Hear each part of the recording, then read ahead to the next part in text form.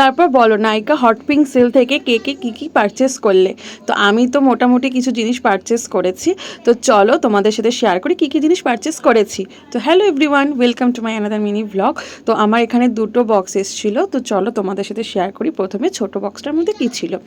তো ছোট বক্সটার মধ্যে ছিল হচ্ছে গিয়ে ডট অ্যান্ড কিয়ের watermelon cooling hydrogel eye patches, যেটার মধ্যে রয়েছে হাইলিউরিনিক অ্যান্ড নিয়াসিনামাইড।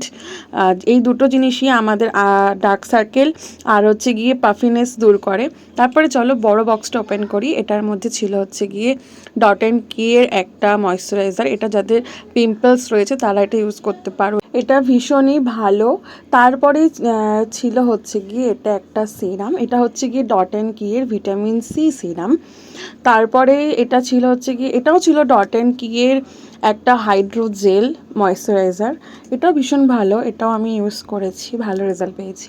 দেন ছিল হচ্ছে নাইকা থেকে নেওয়ার, মানে নাইকা ব্র্যান্ডের একটা বডি ওয়াশ জেল, আর ছিল হচ্ছে লাক্সের একটা বডি ওয়াশ।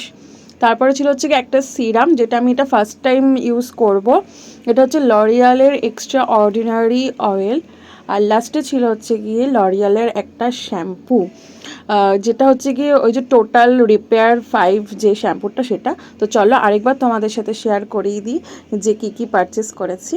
তো ভিডিওটা আমার এই পর্যন্তই, তো তোমরা কী পারচেস করলে জানিয়ে।